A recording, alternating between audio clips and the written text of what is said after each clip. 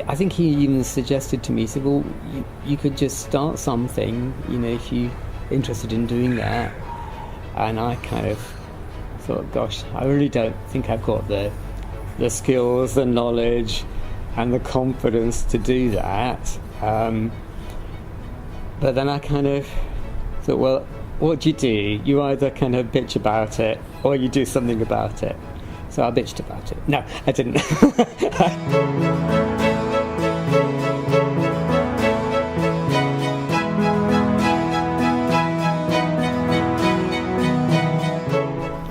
And my name is Pippin Boardman, but people would probably have known me as a different name way back in my Pink Singers days. I was called Carl then, but I chose to change my name recently. I'm a gay man, and I've known that for a long time, since I was very young, and I've had an interest in arts, theatre, music, again, for all my life. It feels like they're part of my DNA. So I'm always drawn to those more sociable arts rather than static arts like painting and sculpture and so on, where you might see a product. I like the things where people are interacting and doing the stuff together. I grew up in Yorkshire, in a small mining town, well, it's an ex-Mount mining town now, of course, called Barnsley. And my dad comes from a mining family, and my mum comes from a family which is a bit more complicated. It's got origins in Ireland and in Scotland, as well as Yorkshire. So I grew up in this very close-knit community. I felt like it wasn't a privileged childhood, but we didn't lack things. We weren't on the breadline. My dad had quite a good job, but he also was dealing with a lot of mental health issues when I was a child, and I didn't really understand what that was. And my mum was trying to cope with that and 2 children. So I kind of felt I was in quite an odd family anyway. So I started to sort of feel like I was a bit of an outsider because I didn't have a really strong foundation. So I think that sort of mixed up a little bit with the the understanding of my sexuality, in that I kind of didn't really... I felt like I was attracted to men, and I didn't really know what that was. And it sounds quite odd to say that, because we tend to think of children as being something that's quite naive, like is it tabula rasa? And I don't think that is true. I think we bring all kinds of things into our lives, and I kind of... I'll give you an example. That's probably the best way to tell a story. I remember being attracted to my action man as a child. I wasn't really allowed to play with my sister's dolls. She's older than me. But I kind of felt like I thought my action man was really attractive. So I was quite young when that was happening. I did like to play with my sister's toys, but boys were not supposed to do that. So it's kind of like steered away from that. And then I kind of ended up with a kind of friendship group that were all a little bit sort of on the edge as well. But we kind of found... we kind of found our tribe in a way. Now, that wasn't necessarily about sexuality. It was just kind of, we didn't quite fit in with what was seen as being normal at that time. And I guess because of the problems at home as well with my dad's mental health and, kind of decline through the years, I spent quite a lot of time with particular friend, and we kind of then explored our sexuality together as we got older. Oh dear, no names. But yes, you know who you are. And so eventually my parents split up, and it was quite a big change as well. When I was 12, I was going to secondary school at that time, and I'd had quite a difficult time in the last year of my primary school as well.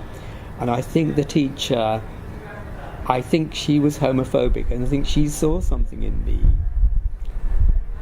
that she was trying to, maybe with the best of intentions, but now I look back, it was really cruel. She was trying to make me conform and do things in a different way.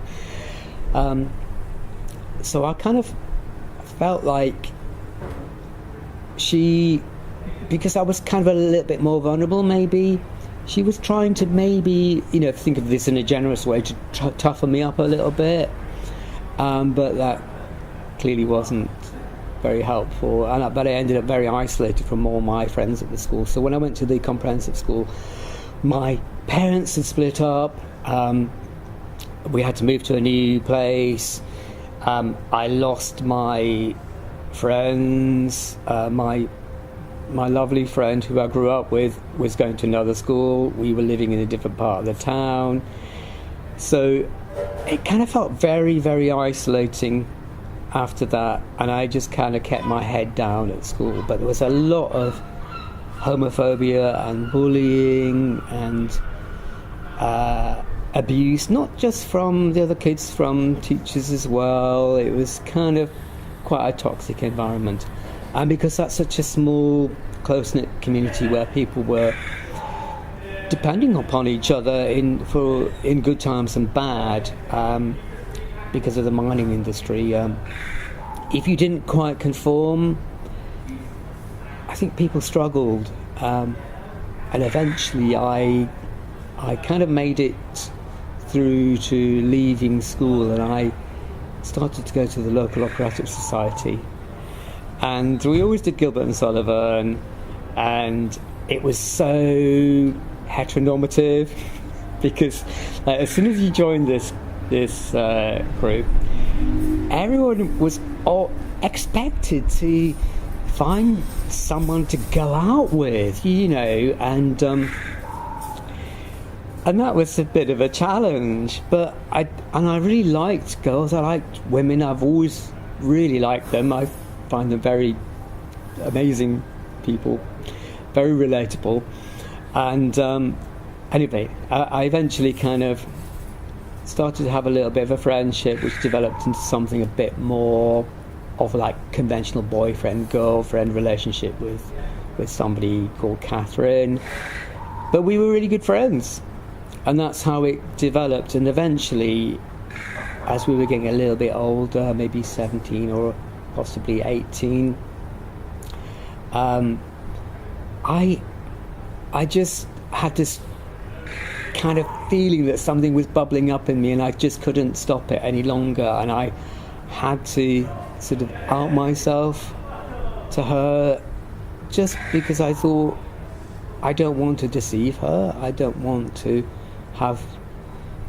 to have plans that eventually she has to change because it doesn't really work out. So I came out to her, and it was really, really awkward. It was so embarrassing, and I didn't know how to address it. There was no guide, there was no kind of, this is how you do it.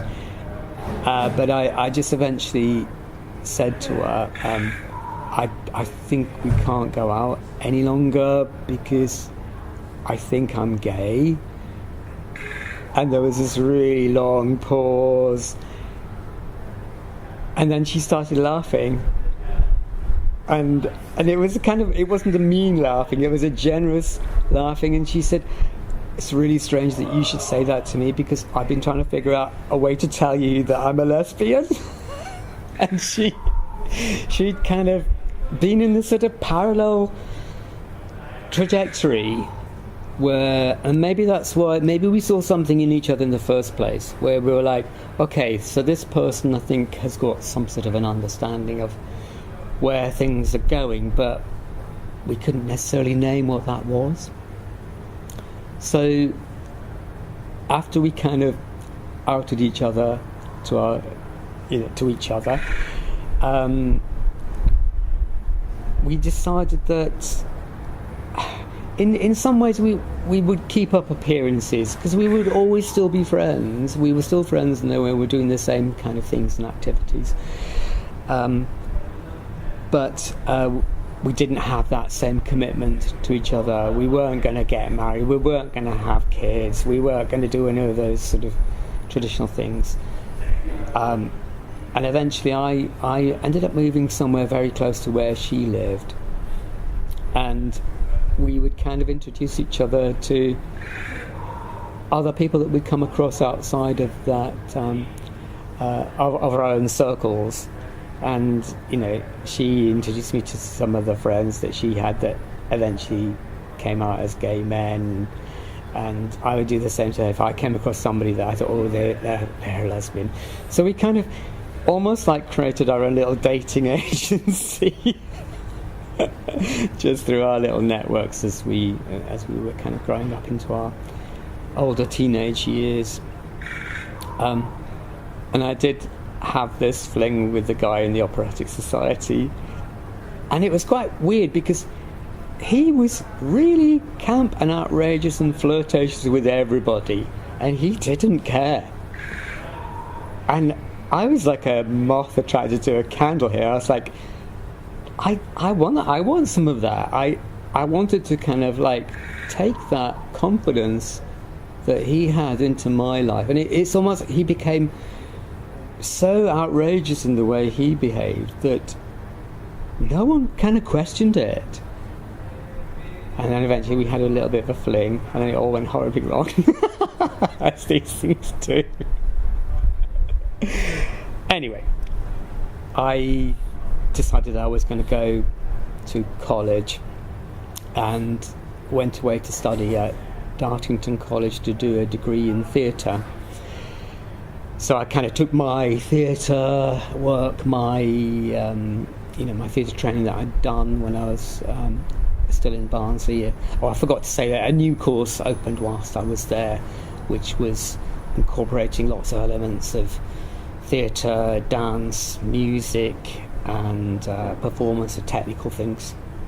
So that kind of provided a way forward to go to college in Devon. I went to Dartington College and did my degree there, and as part of that degree I had to spend a year on placement, and I thought it would be quite a nice idea to go to London and have and see what the possibilities were there. Obviously you've got the very obvious theatre world there, but I felt like there was also lots of other things there that I'd like to find out more about. Even though the college was quite kind of progressive, it was a small college, and there was no lesbian and gay society at that time. But when I was in the second year, a new person came along who was into music, and we became friends, and we discussed the idea of like opening a lesbian and gay society at the college. This is before I went to London. I'm jumping around a little bit here. And so yeah, we did that, and we kind of organised trips to Torquay, which had a kind of very small, delightful scene over there. Yeah, very, very limited. And it's like you had to knock on a certain door at a certain time at a certain angle, and like whisper a code word and turn round twice, running up and down the stairs, and then you'd be led up to this room above a shop. It's very kind of old school kind of thing.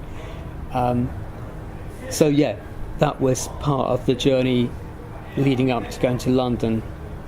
So I'd met kind of other lesbian and gay people, and actually some trans people at that time, before it was really recognised in the same way now.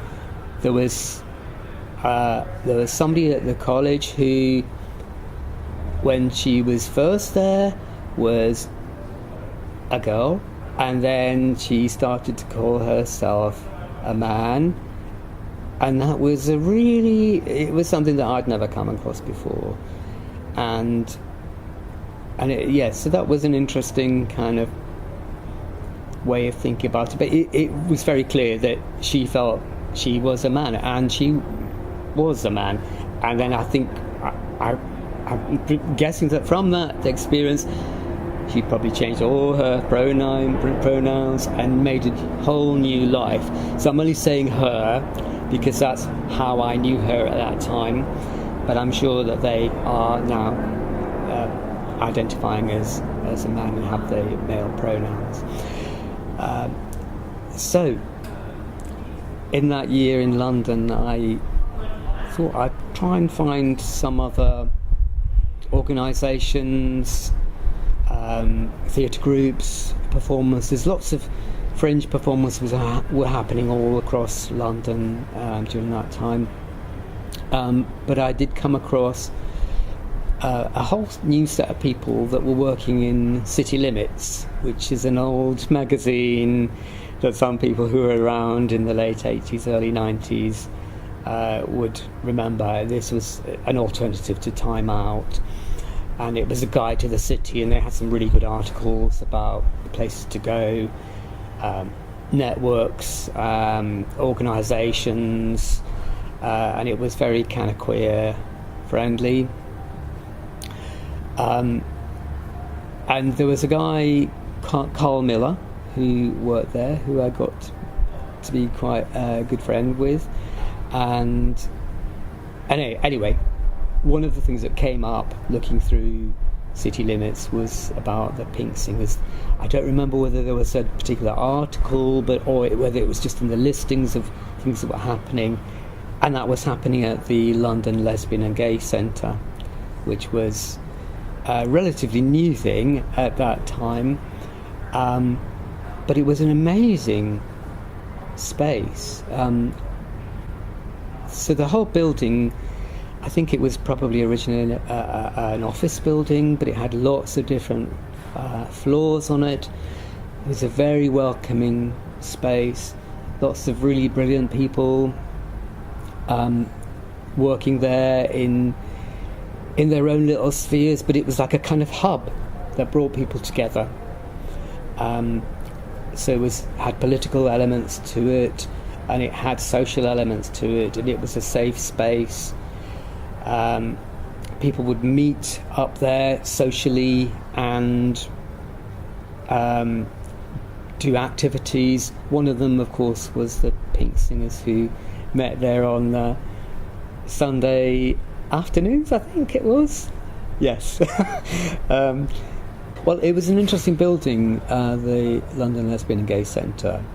I remember it being kind of lots of kind of concrete spaces and just quite rough, walls. And I think we were on the top floor, or if not the top floor, somewhere towards the top of the building. Maybe it's the third floor. Can't quite remember. But it was quite rough and ready space. And it kind of was quite basic, the setup, really. There was no piano there. I think it was a keyboard, if I remember correctly. I might be wrong. I don't think there was a piano, or if there was, it was maybe like a small upright piano that was sort of tucked away in the space. Maybe that's closer to the truth. Maybe it was an upright piano. I don't actually remember what my first experience was. I don't have a really clear memory, but I remember, I think it was the first time that I'd been in that building, and it just felt like a really safe space, as I said before. But I was directed where to go, and people like Philip Briscola and Michael Derrick was the MD there. They made people very welcome. It was a really small choir at that time, certainly now in comparison to the numbers that Pink singers are today. I remember it being kind of friendly, but also being a little bit like, I don't know what this is about. This is a new experience for me, and I'm pretty sure that Michael Derrick, who was the MD at that time, must have had a conversation. He said, I think you should go and sing with the tenors, and then start from that and see how you get along. And because we were such a small group, a new person coming in was quite a big thing, so people were really happy to have a new face there. I think Philip Briscola, obviously a very sociable and friendly person, made everybody welcome, so it felt like a lovely place to be. And I seem to remember singing maybe the Solidarity song, which is a Brecht song, and I think we sang something like Keep It Gay, which was a kind of staple at that time. All the music was handwritten, and sort of not even photocopied. It would have been probably like on, I don't know what they were called, these machines where you have like you make a template and it comes printed out with, you crank the handles. What's the word for that? I don't remember. Somebody will know. And I think all the arrangements were handwritten, so there wasn't like printed manuscript music that we were getting from the publishers. I guess some of the things wouldn't have been appropriate for like singing 4-part harmony, for instance, because we were singing in 4-part harmony.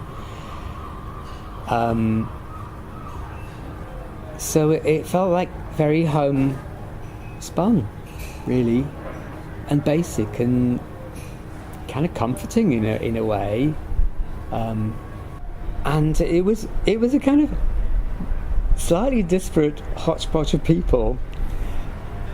And one of the things that I found really good about it was there were men and women there, and I think that kind of made it feel more of a safe space to me at that time,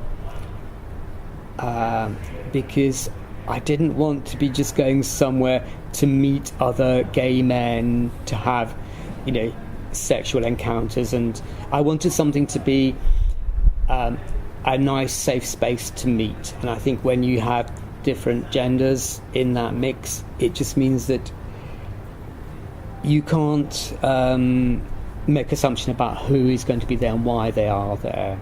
That's what I felt at that time, anyway. It didn't feel like there was a hierarchy there. There was a really disparate group of people working in all kinds of different professions. I think, somebody was working the box office of the theatres, somebody was working in computers, and at that time computers were something alien. And I remember that, in fact, there was a guy who wrote a piece. I think the piece was called Microprocessor Man, and I'm sure others would remember who that was, but it was a whole song about working in computers at that time and how the world was changing. And I look back now and I think, gosh, yeah, we had no idea what was coming down the line. I think somebody might have been working in politics, and somebody else might have been in the civil service as well, of course. yes, so it was a lovely, safe space to land and to make new friends. So really lovely group of people. One of the people who I got to be close friends with was Anders, who's originally from Denmark, and we were the naughty children. We were always the ones that were messing around. We were probably some of the youngest people in the choir at that time. There was a mix of ages, and looking back now, I realise that those people were probably maximum 20 years older than what I was at the time, which kind of gives you a bit of perspective, really. So, to me, it felt like these people had, lived their lives. They had so much experience, and and they were well established in their lives. Now, of course, I know that is not true. Life gives you perspective on these things.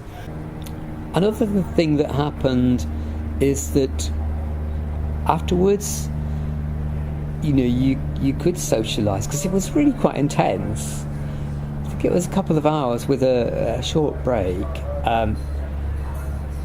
and because of the space, there were other options. So you could just have a cup of tea and so on, or you could go to the tea dance that would happen in the basement on a Sunday afternoon. And I think I've got a strong feeling that Anders might have taken me to the tea dance and said, "Why don't you come and have a dance after the rehearsal?" So that became a regular thing.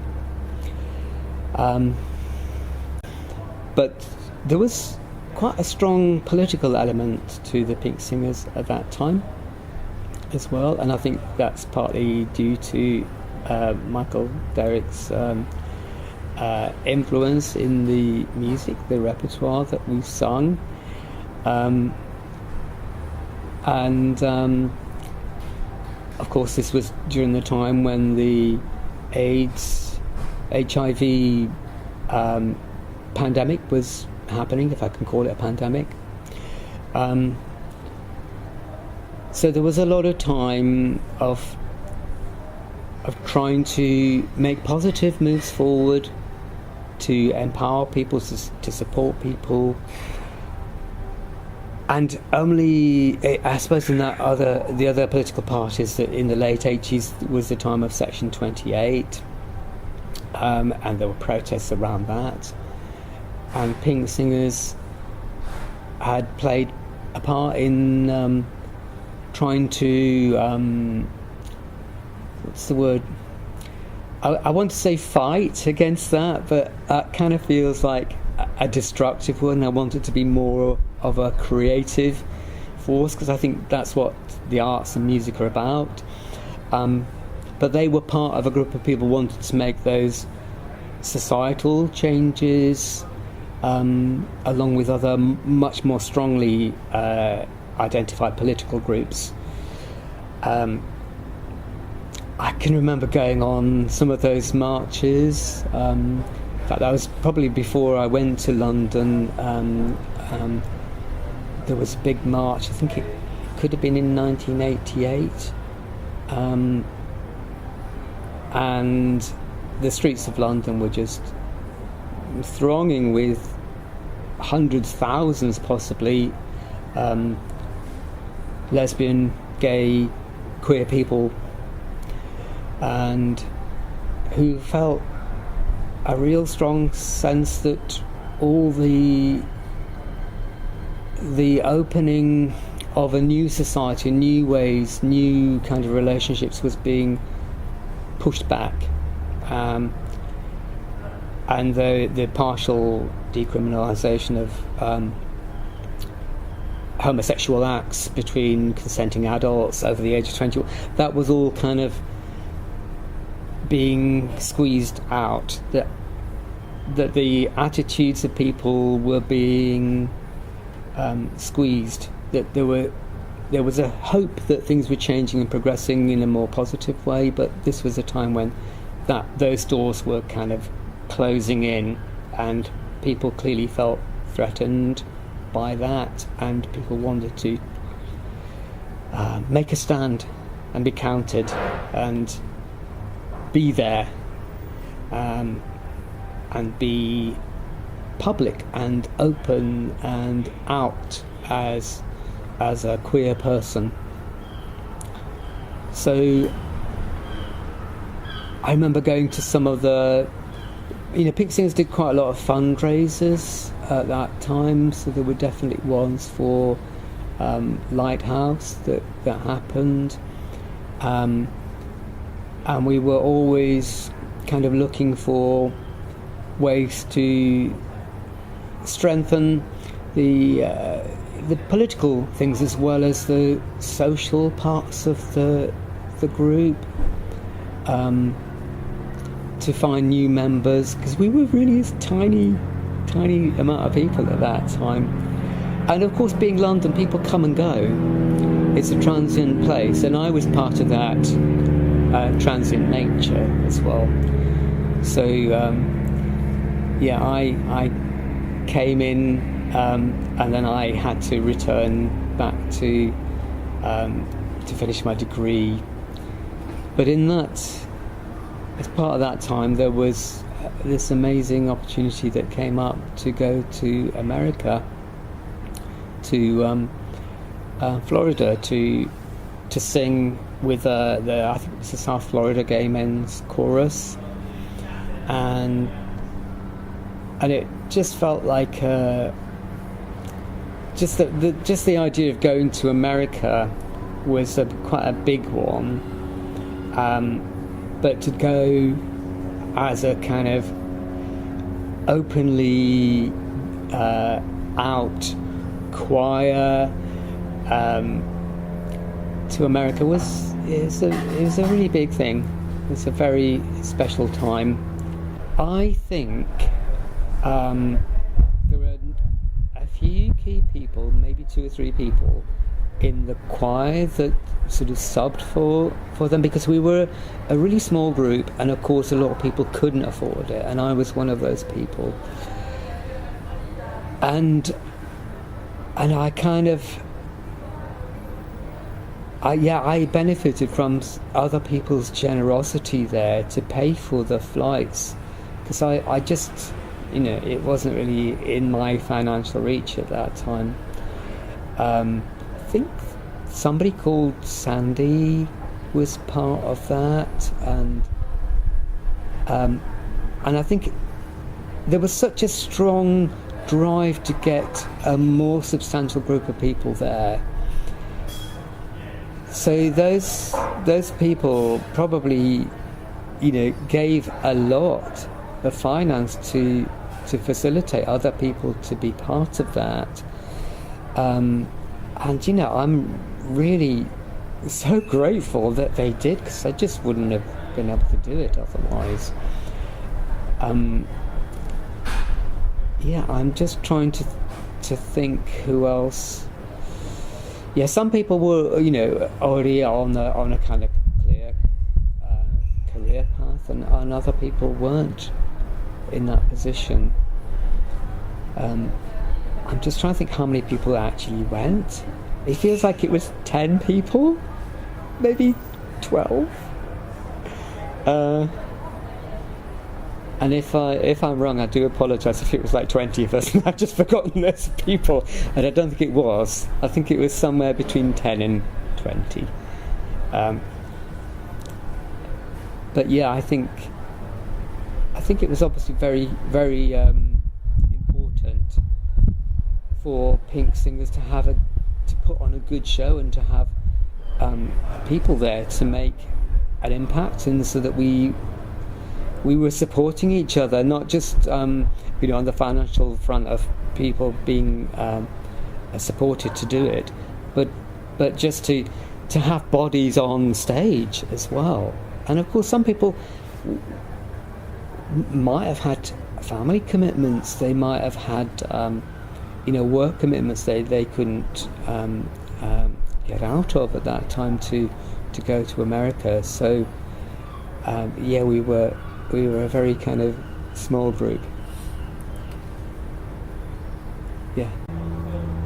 I think one of the weird things is that we were kind of... I'd never been to America, and other people hadn't been to America before. So it was such a bit of a culture clash, because even though, English is one of the most spoken languages in America, it certainly predominates the language of America. Lots of things are talked about in different ways. So we were using the same words to say different things, which caused a lot of hilarity and confusion. But I think because I was going there with a group of other people, it was really fun to do that, and we would be able to enjoy and celebrate all those misunderstandings, as I said, like using the same words to mean different things. And the whole culture was very different in Florida than what it was in the UK. I was being hosted by a couple of guys. We were all kind of put in we weren't staying in hotels, although some people might have done. I think most of us were staying with the hosts from the South Florida Gay Men's Chorus. But we were dotted around different places in South Florida, and we were kind of a little bit isolated as well. And I was staying on somebody's sofa in their lounge, and every day they were going out working. I was just left on my own. I was thinking, I don't know what to do. I don't know where I am. I don't know where everybody else is. I couldn't just ring them up because I didn't have a mobile phone at that time, and so it was quite a strange time being hosted. Anyway, I think when we got together for rehearsals, I think these things were maybe discussed and addressed, and it was agreed that maybe we should try and find ways that people could be put together into smaller groups, and I really did miss not being around Annis, who was my choir buddy at that time, and so eventually we ended up moving into a space where I think there were 3 of us staying in this large house. One of the hosts was, got plenty of space in the house, so we were all put together. That was really good fun. I think part of that isolation was strange things like, before we were together, I wanted to try and find somebody and go into town, and I didn't really appreciate that you can't really just do that in America. You have to go everywhere by car, and I was like, no, I don't need to. I'll find my way to this place, just crossing over roads and finding my way across the city. Which now I kind of realise you don't do that in America. I was like, this is really funny. There are no pavements here. I wonder why. And maybe I've gone the wrong way. But fortunately, I wasn't arrested and put in jail for jaywalking. But it was a really, really sort of special time, and I think all the people that went along to that felt held in that community, even after we dealt with the teething problems of people being a bit in isolation. But we were brought together, and we did do some amazing concerts, and it was such a privilege to be there. And the audiences were overwhelmingly, rapturous applause, and we were just so well received, and it feels like an honour to have been part of that group, forging new ways forward and setting a kind of template as well for lots of other choirs to do similar things and build on that and create new networks. I have a strong feeling that we sang Our Time, the Stephen Sondheim song from Merrily We Roll Along. The other repertoire, I think it's very likely that we sang Keep It Gay. I'm sure we must have sung some more political songs when we were there, which I think was quite different to the repertoire that the South Florida Gay Men's Chorus sang. I think that was much more show tunes and sort of current popular music and so on. One of the venues where we were was quite a big hall. It felt like it was a multi-purpose hall, so it would be used as both the theatre and for other events. Like I remember when I was growing up, we had like a civic hall, which is like a space where you can have conferences and events and activities, and as well as theatre performances. So there was always a stage at one end of the hall, so it felt like that, but quite a big hall. I don't remember the name of the place. And then there were some other places which were a little bit more low-key. There was some crossover into I think there was a church that a lot of people that were in the Florida choir went to, and I think we were invited along to the church, and then we might have sung at that as well. Some people were there for longer than others as well. Some people were only there for a short period of time and went back home, and other people stayed on a little bit longer. So I can't remember where one thing ended and the next thing began, because we had our main, I think we had at least one main concert and some other smaller concerts. I'm just trying to remember whether we went to a place that was like a kind of hospice, a little bit like London Lighthouse.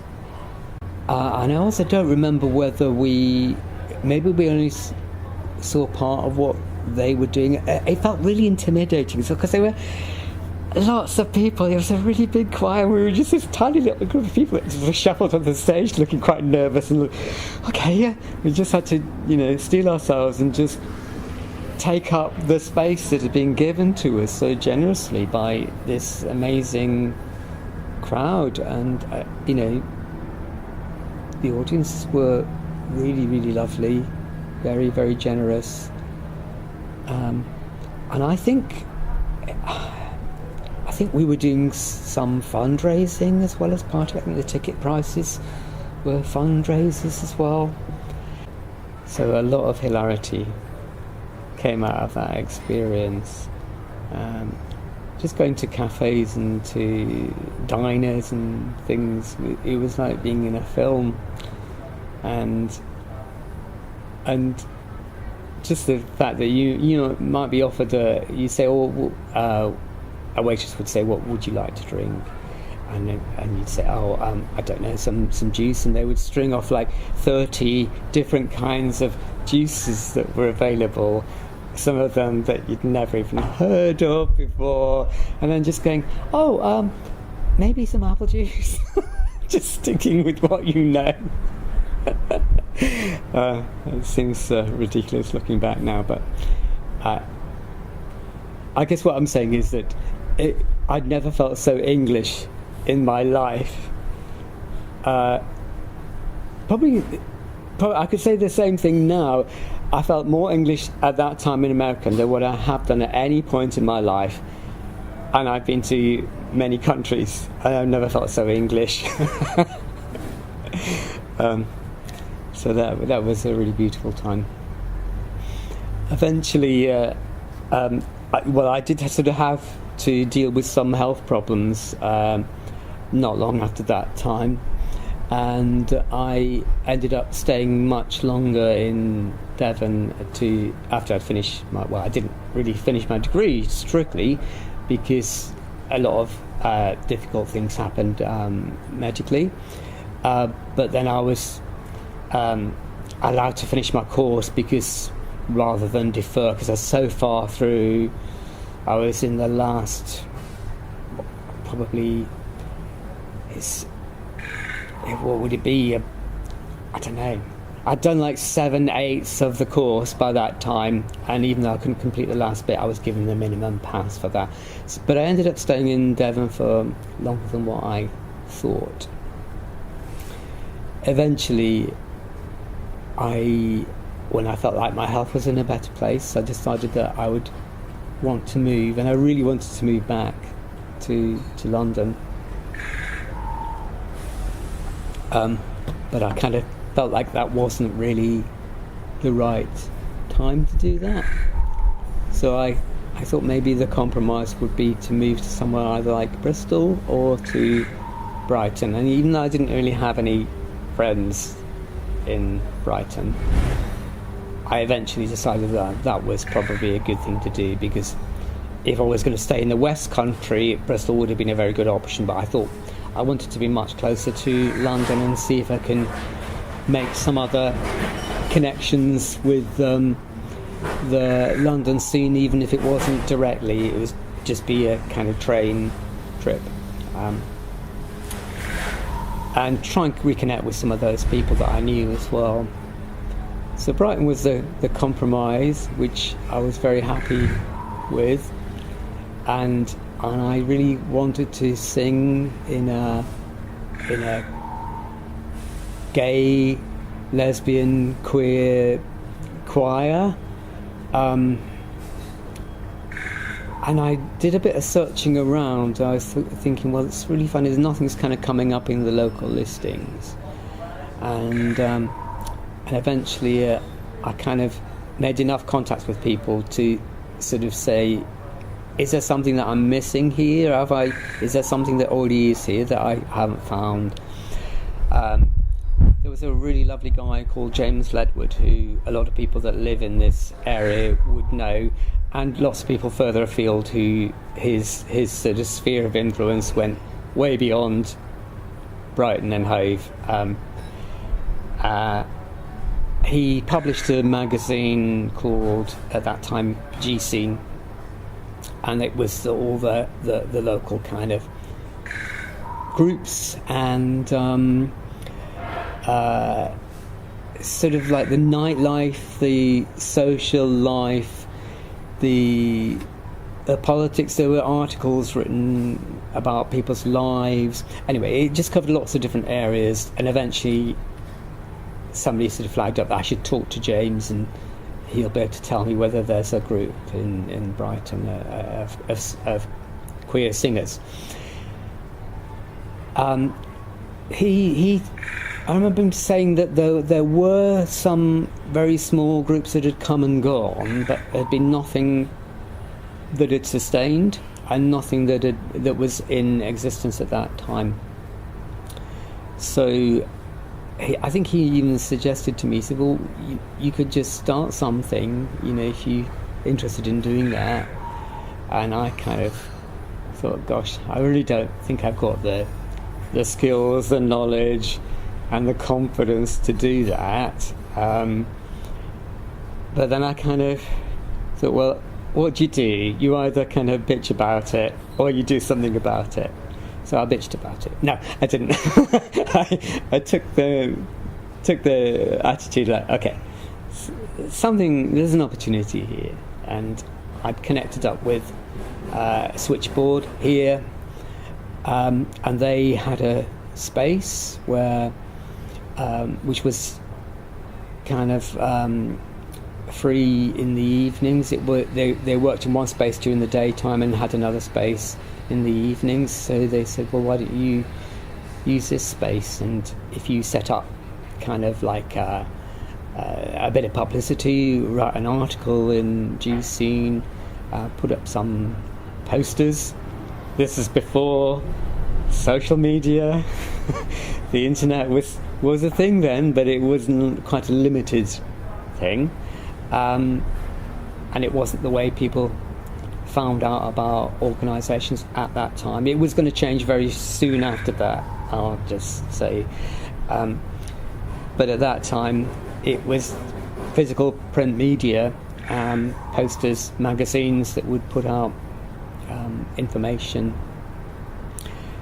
And so I had a space. I thought of some things to do, and I thought, well, I don't know anybody else that could do the music at this point, so I could just prepare some things and we could just make a start. And I felt really confident that it just needed to start, and then I could very quickly just slip back into the background and just sing, which is what I wanted to do. But of course it doesn't happen like that.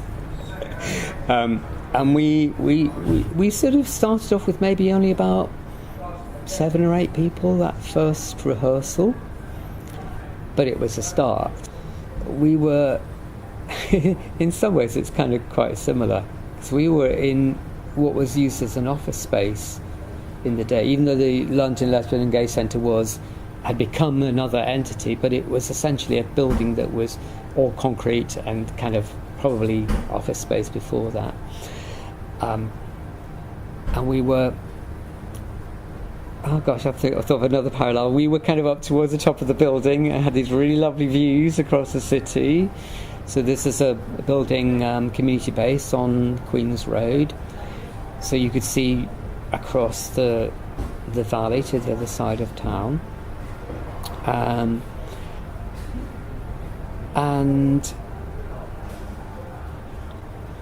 I think I kind of approached things in a bit more of a physical way. We always did lots of physical warm-ups as well as vocal warm-ups, and I don't remember us doing that. I think we did vocal warm-ups at Pink Singers, but I think I'd taken a bit of the kind of foundational work to do with voice production through theatre practice. I thought that should maybe be part of what we do. So we're not just warming up our voice, we're warming up our bodies as well. And I remember trying to bring in elements of complex rhythms, as well as looking at melody and harmony, to just try and do some work in, and people getting music grounded in their bodies, and trying to not just have sheets of paper, to try and liberate ourselves from those sheets, because we all know that those pieces of paper just get in the way. They are a complete hindrance. Music isn't the notes on the page, it's the things that are in your heart and your soul and your body that create that music. So it's like driving a car. You know, in the old days you'd have a map. Well, the map doesn't drive the car, you drive the car, but the map is there to give you an indication of where you're going. Same with the sat nav. The sat nav doesn't drive your car, even though some people feel like it does. It's just there to give you a route through. But the real driving, the real singing, is actually what you're doing together as a group. So I kind of wanted to set a way forward where people were kind of grounded and had a physical presence and had the music in their bodies and not just on pieces of paper. Of course, the pieces of paper are really useful. They're a tool. They're a really good tool, particularly if you do read music. But yeah, it's funny that I was just thinking about the office blocks and being kind of towards the top of the building and having views across the city. Yes, there's a common theme there. But it was also, I thought it was really important to me to have fun as well in setting up Rainbow Chorus. That's not to say that we didn't have fun in Pink Singers. We certainly did. And as I say, I was one of the naughty people, one of the naughty children. I'm so sorry. Causing all the disruption and giggling and dear. Somebody had to do it, why not? So yeah, it was quite different when I was in the shoe was on the other foot. So that I had my comeuppance. Of course, I wasn't the naughty children at the back of the choir any longer. I was the person at the front. Okay, so now I think we need to just concentrate. Okay. So can we just have a little quiet, please? Right. No, sorry. We need to listen. That became another part that I had to learn. so yeah, payback time. So it comes to us in the end. Yeah. Everybody came out on a real high, that we'd sung together. We had men and women singing together, which was like my experience with the Pink Singers. I thought that would be a really important thing to have, and to provide an opportunity for those different communities to get together, because it was predominantly lesbian and gay community at that time.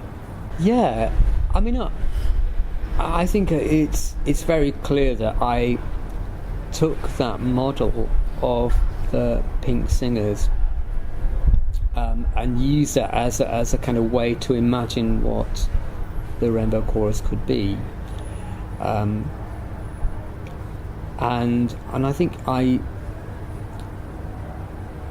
would have taken some elements of some of that repertoire as well.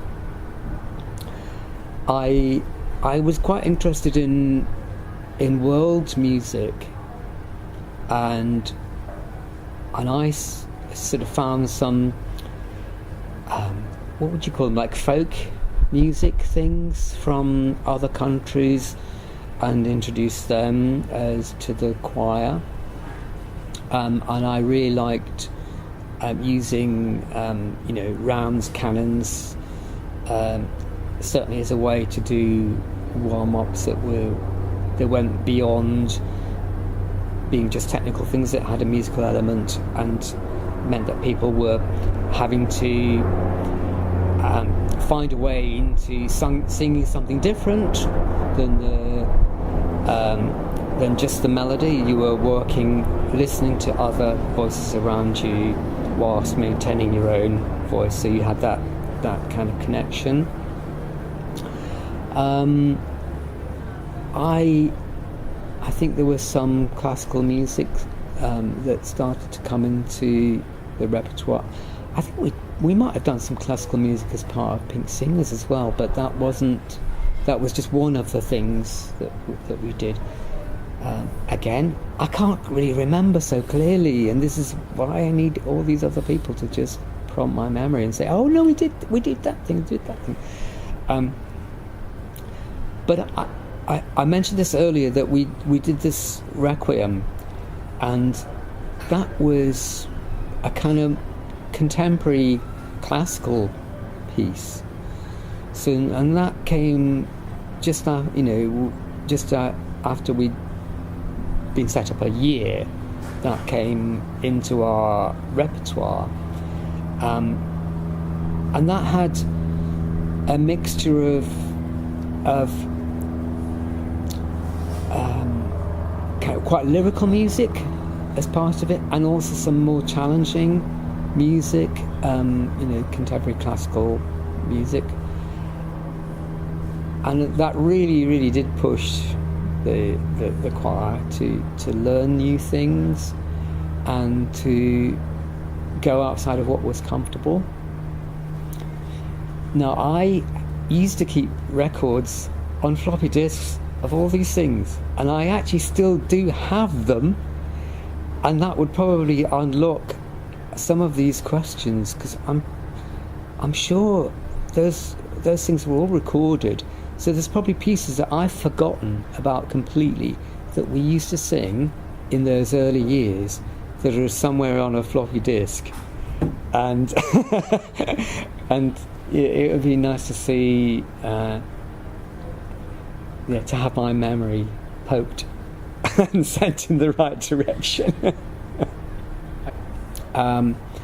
So it was decided that we would continue. We would kind of meet on a regular basis every week, and then as we got closer to, this was in September, I think it was, I think it was maybe the end of September.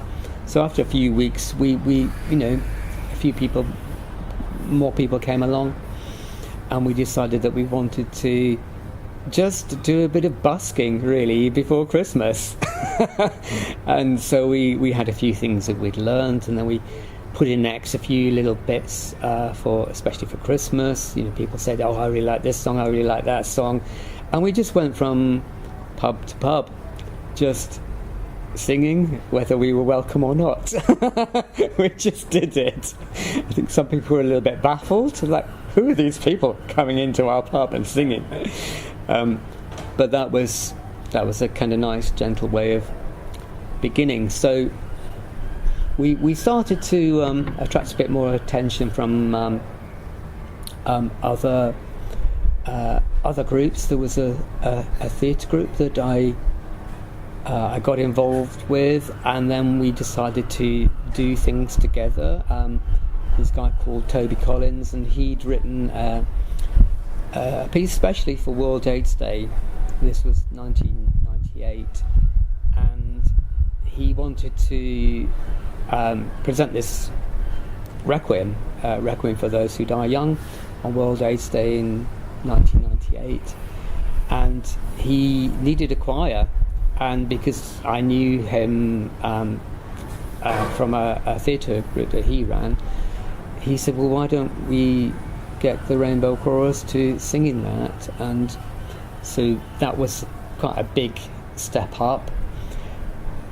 And I can't remember exactly how the sequence of events happened, but other things started to happen. Like I maintained connections with Pink Singers, which led to some joint concerts in I think either the late 90s or early 2000s.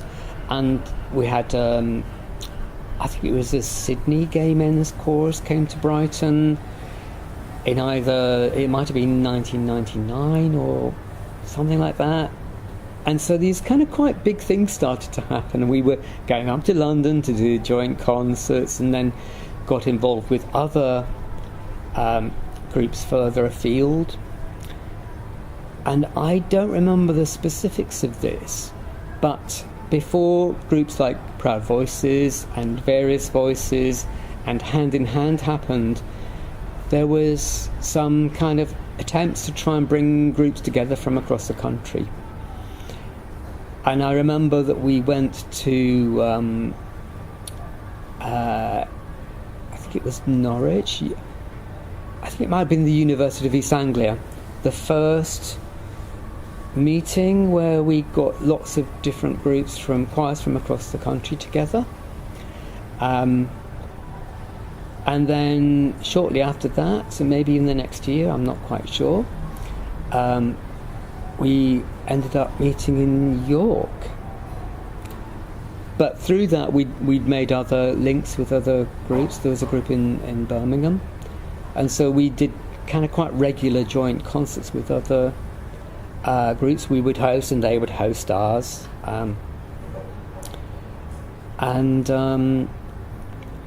That was really good fun.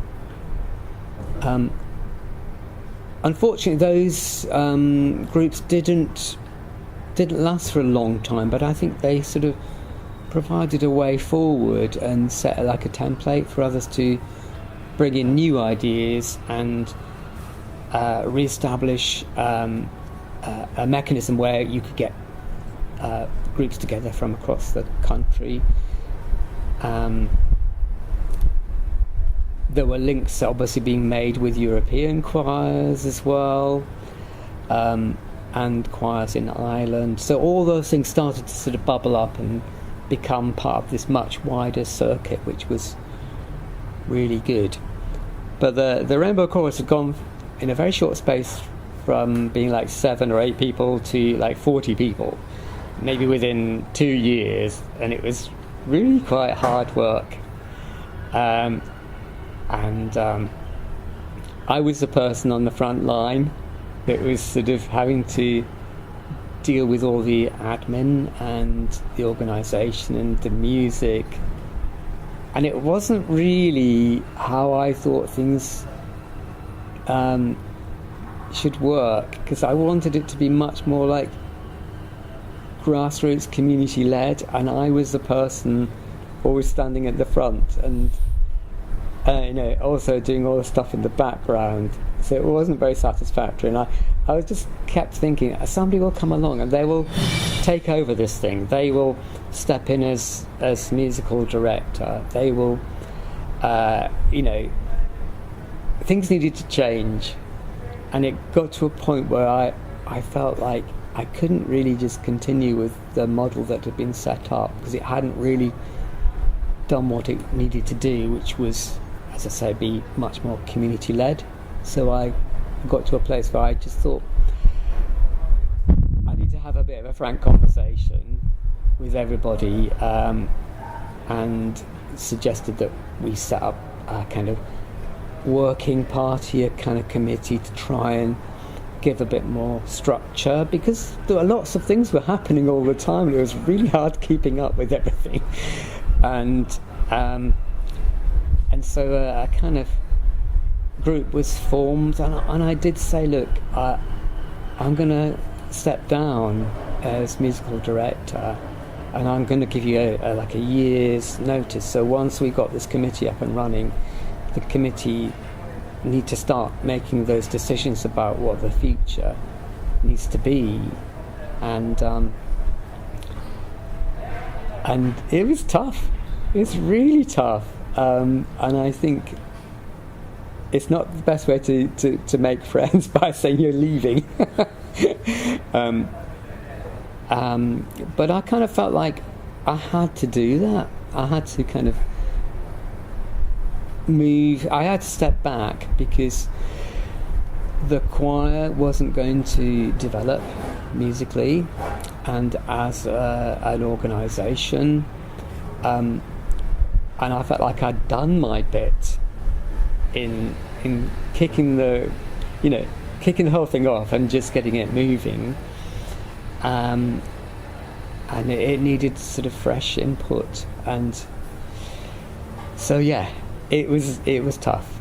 It was really tough, but I stuck to my guns, and eventually the year was up, and I stepped down, and I think some people were really angry with me that I'd actually stuck to my word, and I wasn't just like pretending that was going to happen.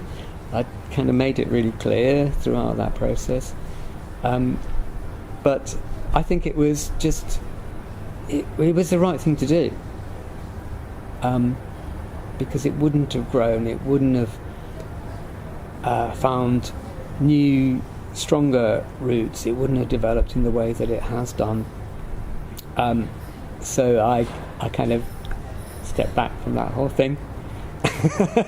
And out of that, even though it was quite a painful process, I think lots of really good things came out. There was a bit of churn in that time. I think that always happens. Interestingly enough, the person who I'd hoped might come forward as MD did. They were already singing in the choir at that time, but the committee had to make all those decisions. It wasn't up to me. It would have been wrong if I'd have just sort of said, right, this is my replacement, here they are, off you go, goodbye. It wouldn't have been it wouldn't have been the correct way forward for any community group to have things set up in that way. So So it was a kind of bittersweet time, really stepping away from that. But I know that it allowed amazing people to come out as well and make their decisions about the future. The choir eventually became a charity, and has gone from strength to strength, really. And so I'm very proud of what has happened in that intervening time. And so I can't take credit for all the amazing work that's happened over the other kind of years after I stepped down from that role. But I'm just really proud that I actually had the courage to do that. I don't know whether I'd have the guts to do that now. It just feels like, why would you do that? Why would you want to give yourself that much grief and hard work and so on?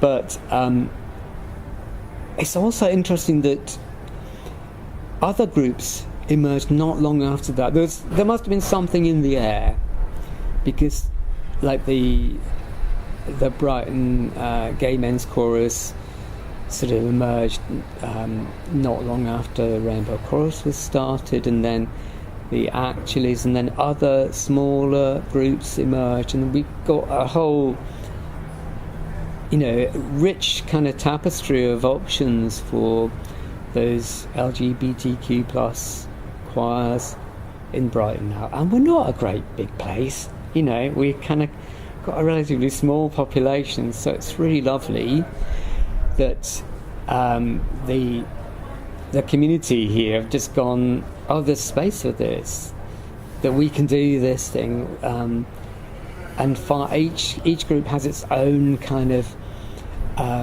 audiences.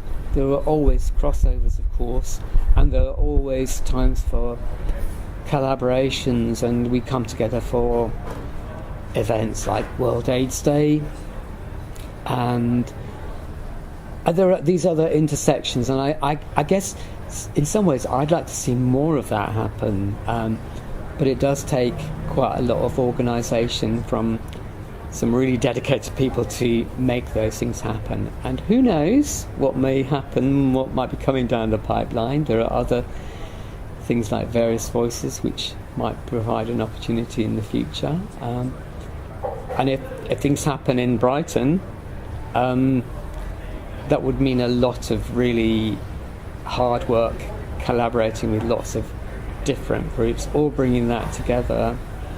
And that would be a really exciting opportunity. So I've kind of gone from the past, and then I've moved towards the future now.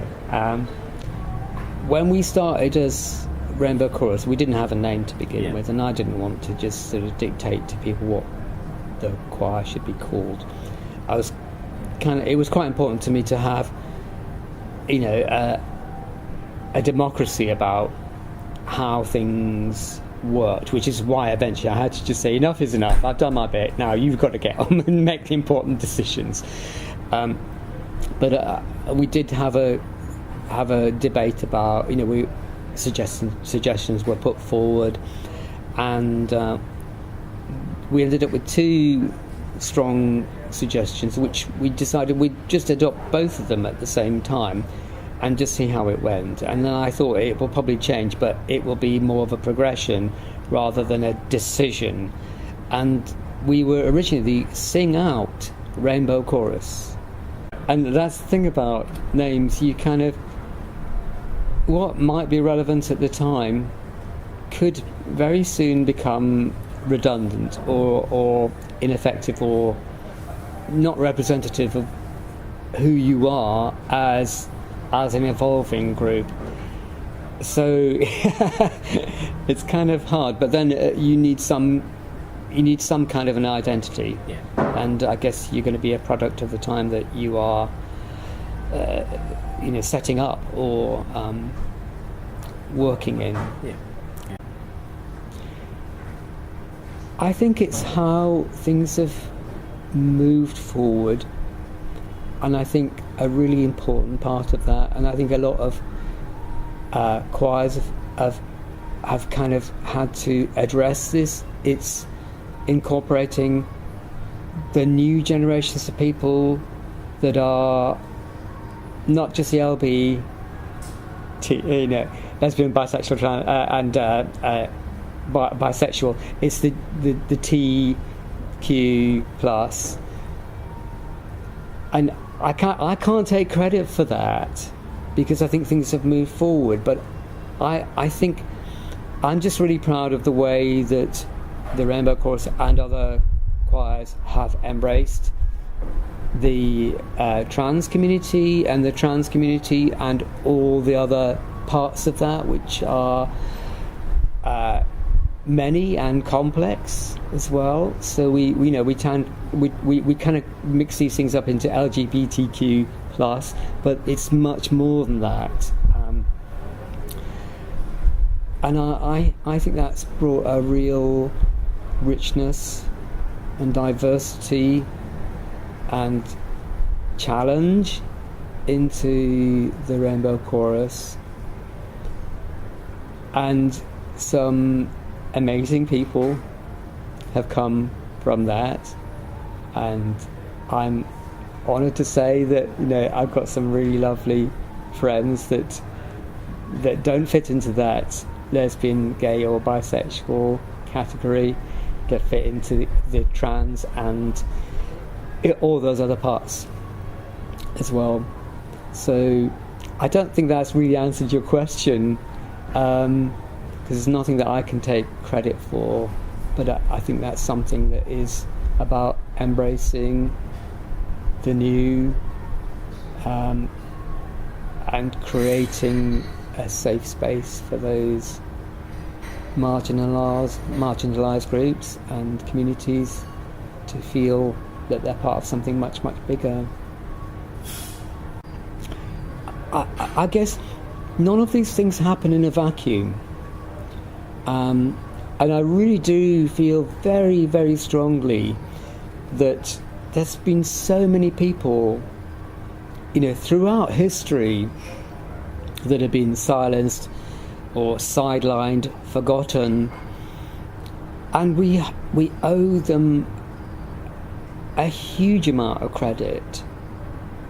And it's such a shame sometimes we can't name them, we can't say who they were, but